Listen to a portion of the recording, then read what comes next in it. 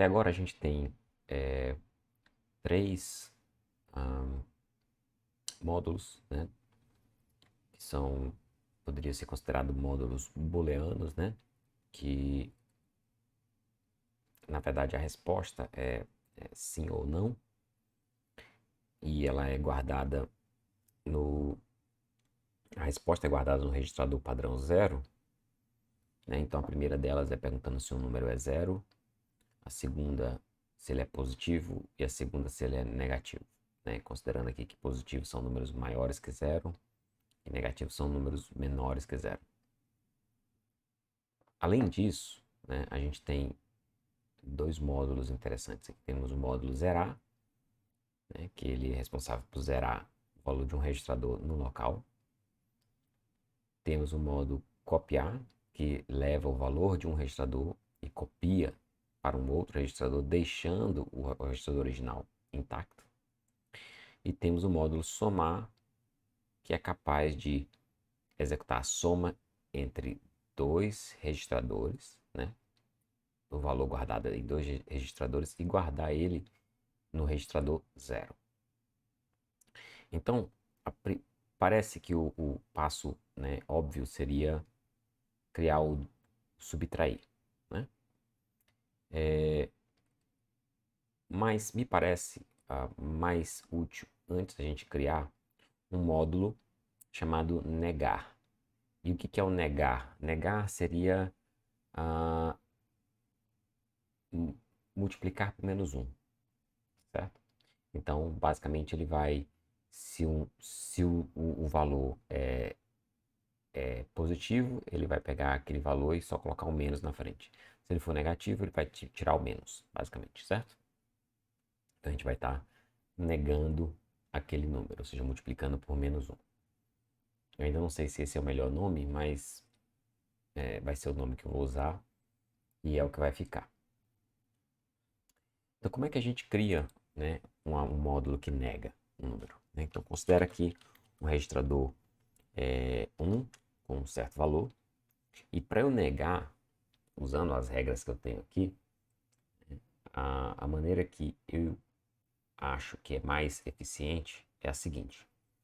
A gente pode pegar o valor que está em 1, certo? Vamos considerar, para começar, né, que a gente está com um caso onde o valor R1 é maior que 0, né? Se a gente tiver nesse caso. Então, a ideia que eu tive foi a seguinte. Você cria um registrador auxiliar 2, que inicia zerado. E aí você faz um loop, né, diminuindo o valor de R1 até R1 ficar igual a 0. Mas para cada vez que você diminui o valor de R1, você aumenta 1 em R2. Então, no final das contas, parece que a única coisa que vai acontecer é que a gente transfere o valor de R1 para R2, certo?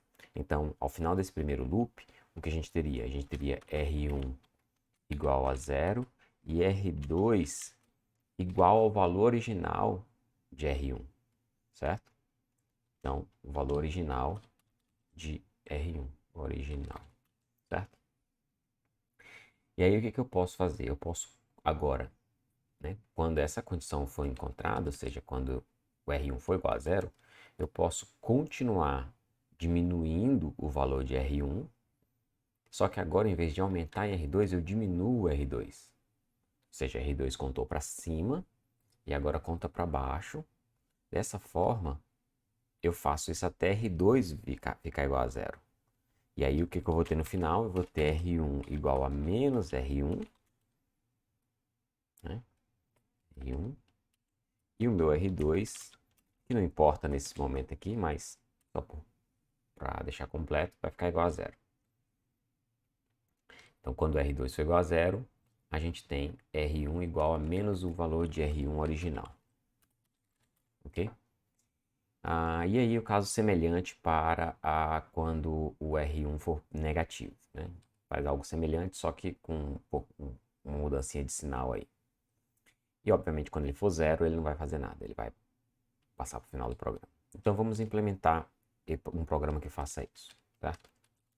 Então, a primeira coisa que eu preciso fazer é saber se o número é zero, porque aí eu pulo logo para o final, certo? Então, pergunto se é zero no registrador 1 e se ele for zero, né? O que eu quero que ele faça? Eu quero que ele pule para o final do programa. Então, a gente põe pular para A e aqui no final eu vou escrever o valor de 1, certo? E é isso, né? E a gente finaliza o programa. Não precisa escrever o valor de 2, porque o 2 aqui é um registrador auxiliar. A gente só precisa do valor de 1.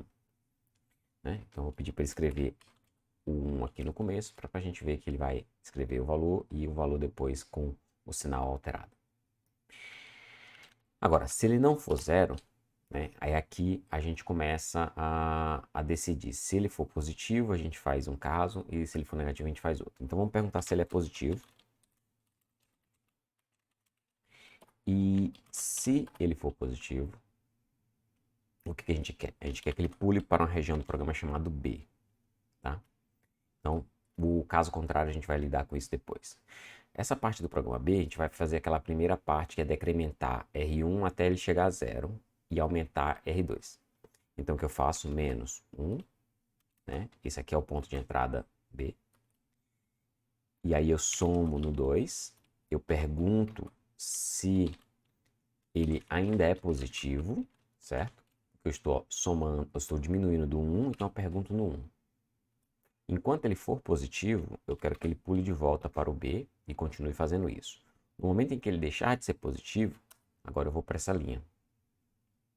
Aqui, o que eu vou fazer? Eu vou voltar a fazer o mesmo ciclo, certo? Só que aqui eu tenho que comparar, né? Comparar e voltar para B. Tá? Agora eu vou voltar a fazer aquele mesmo ciclo de diminuir de 1, certo? Diminuir de 1. Aqui vai ser um ponto de entrada C, né? Um rótulo C. Por quê? Porque eu vou voltar para cá. E aí o que eu faço? Eu vou diminuir de 2 agora, também. E vou perguntar se agora o 2 continua positivo. Certo? Se o 2 for positivo, significa que eu pulo para o C, né? Que é aqui na linha 18. E vai chegar um momento que o próprio 2 vai ser zero. Nesse momento, o meu programa deveria encerrar, né? Mas como eu ainda vou escrever outra parte aqui, eu vou colocar para ele pular para o A. Só isso. Okay? Muito bem. Então, esse aqui ele faz o que eu descrevi anteriormente para um número positivo. Agora, se o número não for positivo, eu quero que ele pule para onde, né? Então, aqui a gente tem quero que ele pule para D, né? Porque eu já usei o A, B e o C, então vai para D. Então, no que ele vai fazer no D? No D agora significa que o meu número é negativo. Então, o que eu faço? Eu posso ir somando 1, né? Então, eu somo 1 ao registrador 1, né? Aqui é o ponto de entrada D. E eu posso somar também ao 2. Então, isso vai contar quantas vezes eu fiz isso, certo? Então, nesse ponto aqui, o 2 ainda é zero, tá? Porque ele não fez nada disso aqui. Ele pulou daqui para cá. Então, eu vou fazer o quê? Eu vou comparar se o 1 é negativo ainda, certo? Começou negativo. Então, se ele for negativo, o que eu quero que ele faça? Eu quero que ele volte para o D. Até o D virar zero. No momento em que D virar zero, eu quero que ele comece a continuar aumentando o valor, né, em 1, mas agora diminuir o valor em 2. Então, dessa forma, o que eu vou fazer agora? Eu vou somar em 1, eu vou chamar esse aqui de ponto E, né, de linha E. Vou diminuir em 2, vou perguntar se 2 é positivo, né, porque 2 né, foi aumentado na primeira parte, agora ele está sendo diminuído na primeira parte, na segunda parte. E se ele ainda for positivo, eu quero que ele continue fazendo isso, certo? Então, esse aqui é o nosso loop de transformar um número que era negativo, agora está em zero e indo para positivo. Então, caso contrário, né, ele vai sair daqui, ou seja, quando o 2 deixar de ser positivo, ele voltou para o zero, ele vai para a linha 36, que na hora da organização do programa, né, da compilação da interpretação do programa, ele vai pular para essa linha aqui. Então, esse programa aqui deveria ser capaz de negar um número. Parece uma coisa tão simples, né? Negar um número, colocar um menos na frente. Mas quando você só pode fazer operações simples, como a gente tem aqui nessa linguagem de programação, acaba ficando bem complexo para você mudar o sinal de um número. Mas esse programa provavelmente é capaz de fazer isso. Então, vamos salvar ele, né, como nosso sandbox. E vamos colocar aqui, por exemplo, o número 9, né? Salvo. Vamos rodar ele no modo, não no modo de teste. E vamos executar. Então tá aqui, ó. Ele começa com 9 e termina com menos 9. Então funcionou direitinho para números positivos. Vamos ver se ele funciona direitinho para 0. 0, tá certo? Tem que ser 0 mesmo. E se ele for, por exemplo, um número como menos 18, ele sai 18. Então tá funcionando, ok? Então, agora que a gente tem esse programa fazendo isso pra gente, vamos criar um módulo, né? Eu vou copiar e aqui no nosso módulo vamos criar um arquivo chamado negar.lmm. Vou colar aqui para transformar no módulo como sempre. O que a gente faz? Retira, né, os comandos de escrever na tela. E aqui a gente deixa esse registrador como um registrador esperando um argumento, tá? Esse aqui tem que ser 0, certo? Então, esse é o módulo. E agora o que a gente vai criar? Nós vamos criar alguns testes para esse módulo, tá?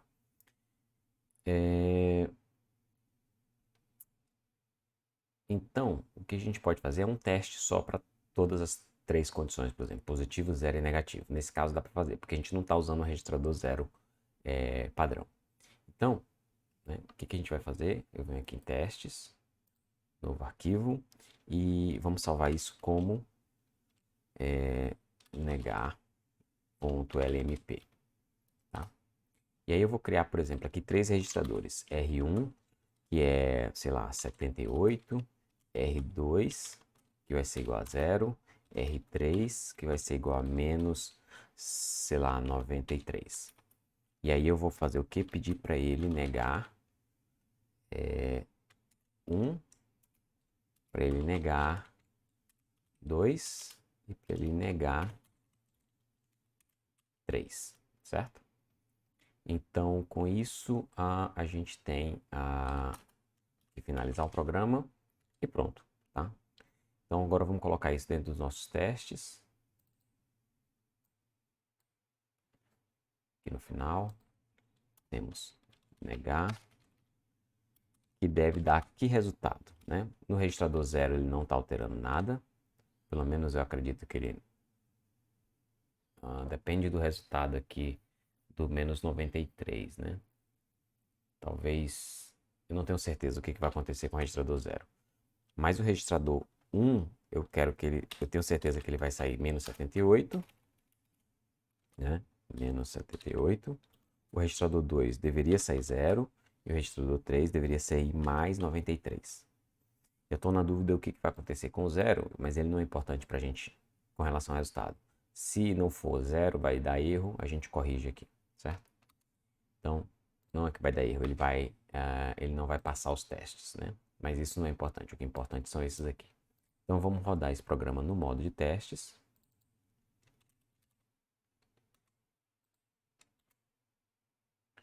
Todo mundo passou, inclusive o negar, certo? Então, agora a gente tem uma função que pode negar um número.